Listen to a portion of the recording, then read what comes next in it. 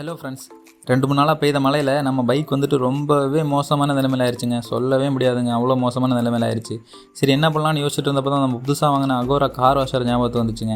சரி வாஷரை எடுத்துகிட்டு அப்படியே வண்டியை வாஷ் பண்ணலான்னு வெளியே வந்தால் மழை பெய்கிற மாதிரியே இருந்துச்சுங்க. சரி மழை தானேன்னு அப்படியே விட்டுட்டு ஃபிட்டிங்ஸ் எல்லாம் எடுத்து ஃபிட் பண்ண ஆரம்பிச்சிட்டோம். அப்போ தான் நம்ம தம்பி போய் வந்தாப்புல. சரி அவரை வச்சே வண்டியை வாஷ் பண்ணலான்னு சொல்லிட்டு எல்லா ஃபிட்டிங்ஸுமே சொல்லிக் கொடுத்தாங்க. சொல்லிக் கொடுக்குறதுக்கே கிட்டத்தட்ட அரை மணி நேரத்து பக்கத்தில் ஆயிடுச்சு. எல்லா ஃபிட்டிங்ஸுமே ஒரு வழியாக முடிச்சுட்டோங்க ஃபிட் பண்ணி. லாஸ்ட்டாக கன்னை டைட் பண்ணி முடிச்சதுக்கப்புறம் சுவிட்சை ஆன் பண்ணி மோட்டரோட சுவிட்சை ஆன் பண்ணிட்டு ப்ரெஷர் கன் அமுத்துனா தண்ணி வேறு லெவலில் ப்ரெஷராக வந்துச்சுங்க.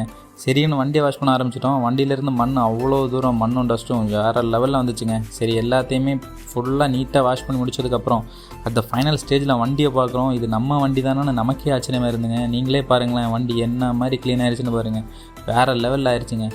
சரி இந்த வாஷரோட ஃபுல் வீடியோ வேணுன்னா நீங்கள் யூடியூப் சேனலில் போய் பார்த்துங்க. லிங்க் கீழே கொடுக்குறோம். தேங்க்ஸ் ஃபார் வாட்சிங். சப்ஸ்கிரைப் பண்ணுங்கள், லைக் பண்ணுங்கள், ஷேர் பண்ணுங்கள். பை.